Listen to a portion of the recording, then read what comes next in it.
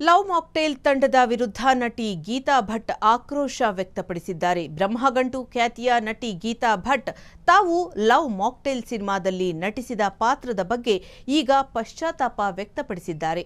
ಆ ಚಿತ್ರದ ಡೈಲಾಗ್ ಹಾಗೆಯೇ ಸೌಂಡ್ ಎಫೆಕ್ಟ್ಗಳು ತನ್ನನ್ನ ಬಾಡಿ ಶೇಮಿಂಗ್ ಮಾಡುವಂತಿದ್ದವು ಅಂತ ಅವರು ಆರೋಪಿಸಿದ್ದಾರೆ. ಇತ್ತೀಚೆಗೆ ಈ ಬಗ್ಗೆ ಪ್ರತಿಕ್ರಿಯಿಸಿದ ಡಾರ್ಲಿಂಗ್ ಕೃಷ್ಣ ಮತ್ತು ಮಿಲನಾ ನಾಗರಾಜ್, ನಾವು ಉದ್ದೇಶಪೂರ್ವಕವಾಗಿ ಯಾರಿಗೂ ನೋವು ಮಾಡಿಲ್ಲ. ಗೀತಾ ಅವರನ್ನ ಆಡಿಷನ್ ಮೂಲಕವೇ ಆಯ್ಕೆ ಮಾಡಲಾಗಿತ್ತು ಅಂದಿದ್ರು. ಇದಕ್ಕೆ ತಿರುಗೇಟು ನೀಡಿರುವ ಗೀತಾ, ನಾನು ಆಡಿಷನ್ ನೀಡಿರಲಿಲ್ಲ, ಅವಕಾಶ ಹುಡುಕಿಕೊಂಡು ಹೋಗಿರಲಿಲ್ಲ. ಹಾಸ್ಯದ ಹೆಸರಿನಲ್ಲಿ ಬಾಡಿ ಶೇಮಿಂಗ್ ಮಾಡುವುದು ತಪ್ಪು. ಇಂತಹ ಪಾತ್ರ ಒಪ್ಪಿಕೊಂಡಿದ್ದು ನನ್ನ ತಪ್ಪು, ಮುಂದೆ ಇಂತಹ ತಪ್ಪು ಮಾಡೋದಿಲ್ಲ ಅಂತ ಇನ್ಸ್ಟಾಗ್ರಾಂನಲ್ಲಿ ಗೀತಾ ಭಟ್ ಕಿಡಿಕಾರಿದ್ದಾರೆ. ಕ್ಷಣ ಕ್ಷಣದ ಸುದ್ದಿಗಳಿಗಾಗಿ ಫ್ರೀಡಂ ಟಿವಿ ಸಬ್ಸ್ಕ್ರೈಬ್ ಮಾಡಿ, ಲೈಕ್ ಮಾಡಿ ಹಾಗೂ ಫಾಲೋ ಮಾಡಿ.